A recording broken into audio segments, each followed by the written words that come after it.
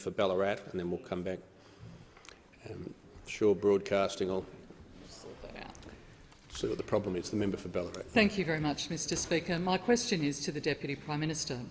Can the Deputy Prime Minister confirm that $715 million meant to help the domestic airline industry during the COVID-19 crisis was extended to owners of luxury private jets?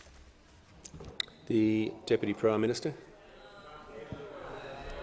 Well, what we've done with our sector-wide aviation assistance, Mr Speaker, is to keep planes in the air, because what we know is planes in the air means jobs on the ground, and we have provided it on a sector-wide basis. What we have done is make sure that whether it's commercial, whether it's charter, we have ensured that planes were able to go to some ports which would otherwise, but for our sector-wide assistance, not have received aviation services at all. And for those 35 centres in rural, remote and regional Australia, that has meant the world of difference, because what it's meant is that personal protection equipment, vital respiratory devices, face masks and perhaps most importantly, frontline medical personnel could get to those places and to make sure that they did the vital job that they have done. And we thank them. We thank them and we thank the airlines, and they have thanked us. They have been very appreciative. Whether they're running businesses,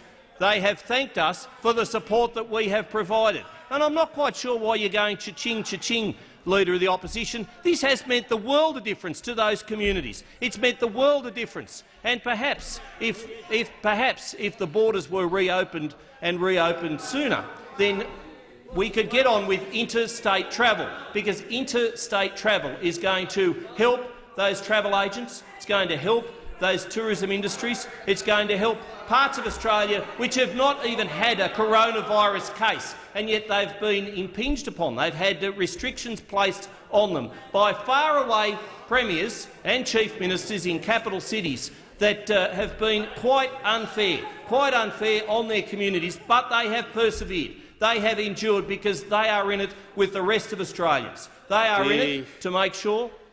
Just saying to the Deputy Prime Minister, it was a very specific question, and he's certainly been answering it and been relevant. The member for Brand. Oh, was it you?